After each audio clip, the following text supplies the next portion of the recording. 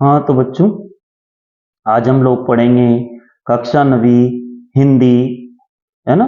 और bridge course सत्र 2024-25 के लिए जो प्रस्तावित ब्रिज कोर्स है उसको पढ़ेंगे। हम सभी जानते हैं कि जब सत्र प्रारंभ होता है तो उसके प्रथम माह में ब्रिज कोर्स पढ़ाया जाता है।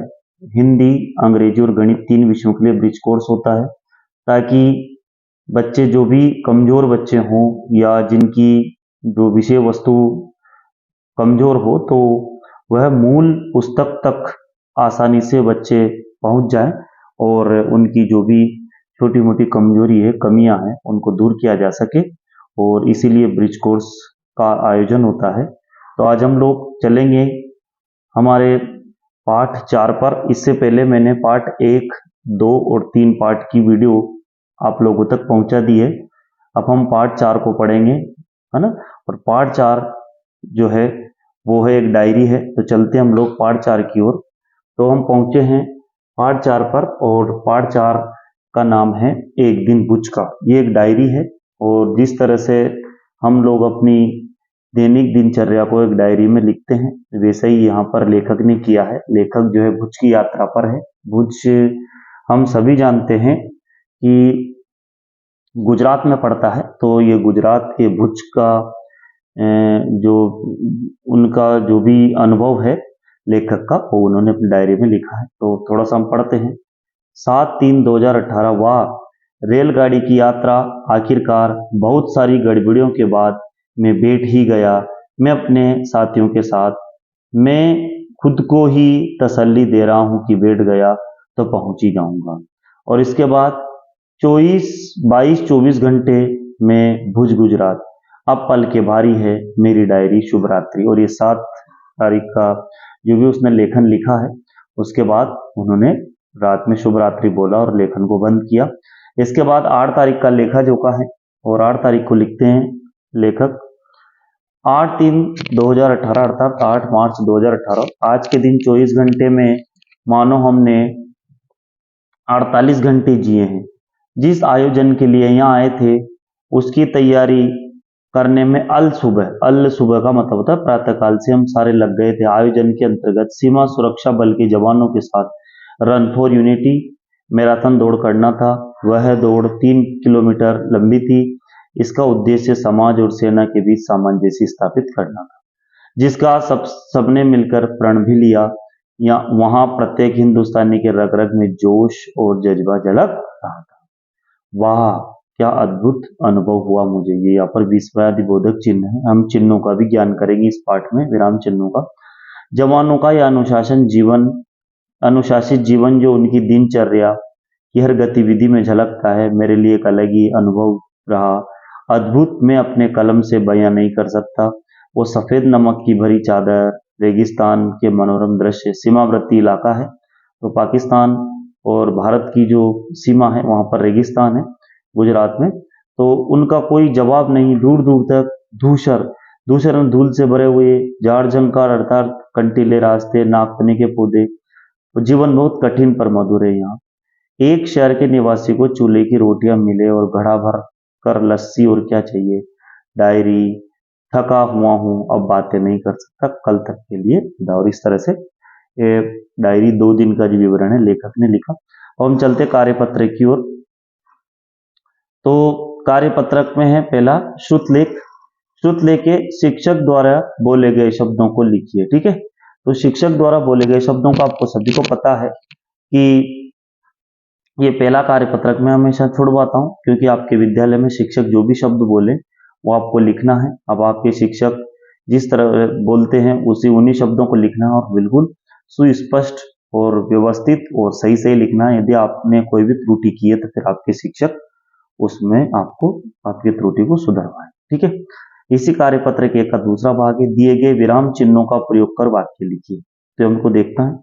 सबसे पहले प्रश्नवाचक विराम चिन्ह है, फिर पूर्ण विराम है, फिर विस्मयादिबोधक चिन्ह है, फिर अल्प विराम।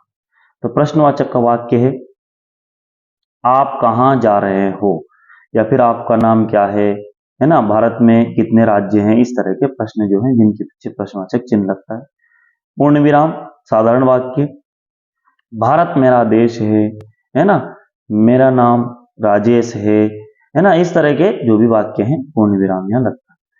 विस्मयादिबोधक ऐसे वाक्य जो विस्मय हो, आश्चर्य हो, खुशी हो, दुख हो, ऐसे वाक्यों में जो विस्मयादिबोधक चिन्ह का प्रयोग होता है। अरे जेश उत्तीर्ण हो गया, और इसके बाद हमें पूर्ण विराम भी लगाना है। ठीक है, इसके बाद हम चलते हैं अल्प विराम की ओर।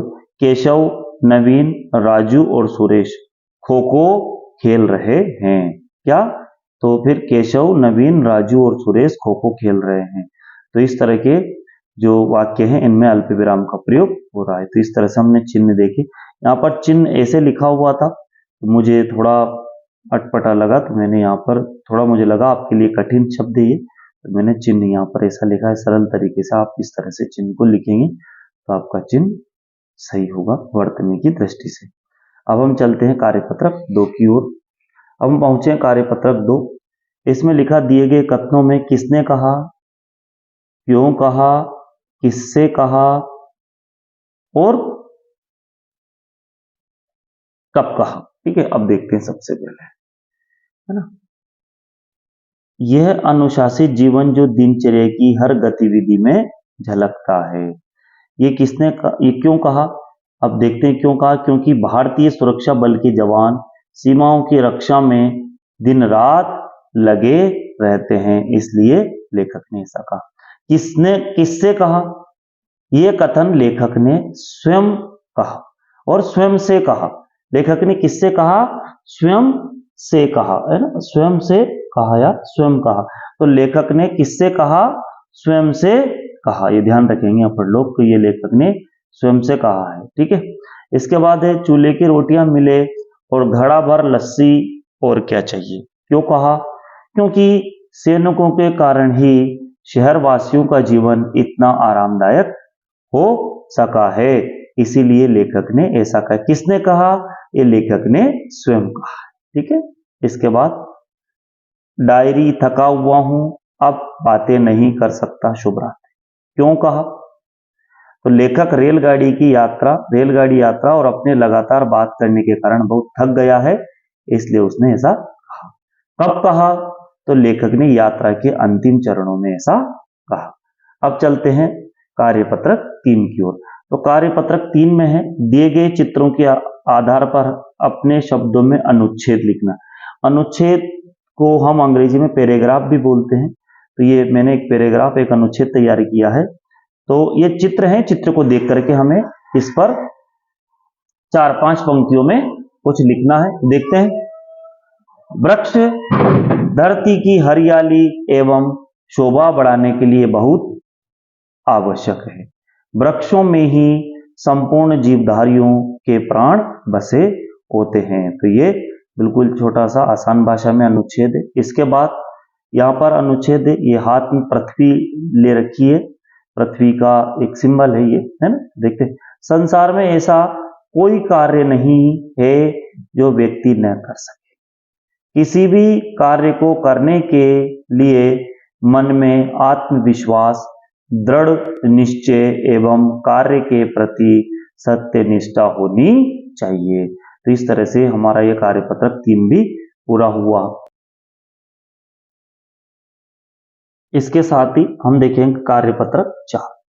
तो दिए गए शब्दों के अर्थ लिखकर वाक्य बनाना है। दिए गए शब्द जो हैं उनके अर्थ लिखना है और वाक्य बनाना। जैसे पहला शब्द है तसल्ली, तो तसल्ली का अर्थ होता है आश्वासन। जैसे कोई भी अपने को तसल्ली देता, आश्वासन देता है ना। अब इसका वाक्य में प्रयोग कैसे करेंगे, बच्चा जब घर पहुंच गया तब उसके माता पिता को तसल्ली हुई, है ना।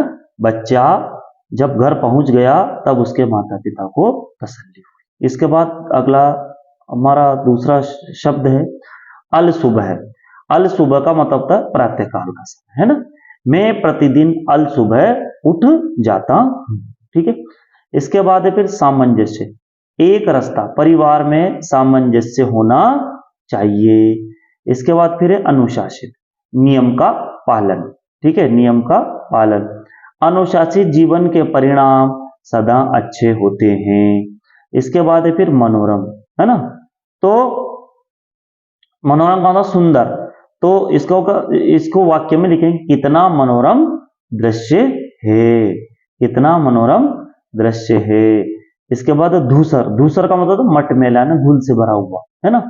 तो मेरे कपड़े धूसर हो गए हैं, धूसर का मतलब मटमैला या फिर धूल से भरा हुआ, तो मेरे कपड़े धूसर हो गए हैं।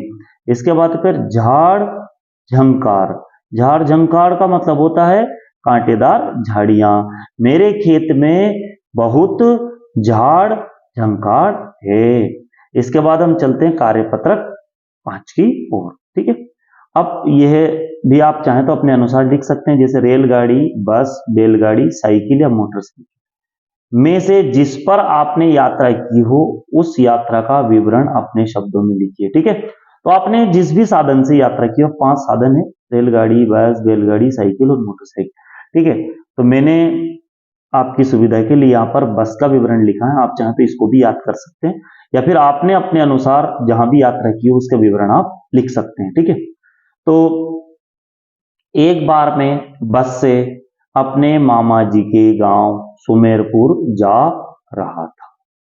जैसे ही मैं बस में बैठा, थोड़ी ही देर में पूरी बस सवारियों से भर गई और बस अपने रास्ते पर चल पड़ी।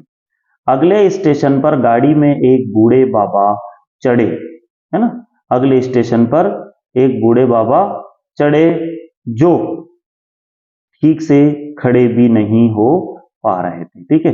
बूढ़े बाबा थे, वो ठीक से खड़े भी नहीं हो पा रहे थे। उन्होंने सीट के लिए बस परिचालक, जो कंडक्टर होता है बस का, से निवेदन किया, परंतु कोई अपने स्थान से उठकर सीट खाली करने को तैयार नहीं हुआ। तब मैं अपनी सीट से उठकर खड़ा हो गया और बाबा को अपनी सीट पर बैठा, ठीक है। उन्होंने मुझे बहुत आशीर्वाद दिया। तो इस तरह से ये हमारा कार्यपत्रक 5 है, ये पूरा हुआ और इसी के साथ हमारा पार्ट भी पूरा हुआ। मैं हर बार की तरह आपसे फिर बोलना चाहूँगा कि चैनल पर यदि आप नए हैं तो चैनल को सब्सक्राइब करें और बेल आइकन को दबाएंगे तो आपको विषय से संबंधित नई नई वीडियो मिलती रहेगी। साथ में मेरा मोबाइल नंबर है, आपको विषय से संबंधित कोई भी समस्या हो तो आप मुझे व्यक्तिगत फ़ोन लगा सकते हैं, व्हाट्सएप मैसेज कर सकते हैं, चाहे तो वीडियो के नीचे कमेंट बॉक्स में कमेंट भी कर सकते हैं, ठीक है। मेरा मोबाइल नंबर है, आप चाहें तो नोट कर ले, 77 480 34 984, ठीक है। दूसरे मोबाइल नंबर है 9587 954 117, ठीक है। इन पर आप मुझे चाहें तो कभी भी किसी भी समय व्हाट्सएप मैसेज कर सकते हैं, फ़ोन लगा सकते हैं। मुझे बहुत अच्छा लगेगा यदि मैं आपकी किसी समस्या को हल कर सकूं। आप हिंदी विषय, अंग्रेजी विषय या फिर गणित विषय संबंधित कोई भी समस्या होने पर आप मुझे बिल्कुल संपर्क कर सकते हैं। तो इस तरह से हमारा यह पाठ पूरा हुआ, कार्यपत्रक भी पूरे हुए। इसके 5 कार्यपत्रक थे और पार्ट 4 एक दिन भुज का ये हमने पूरा किया।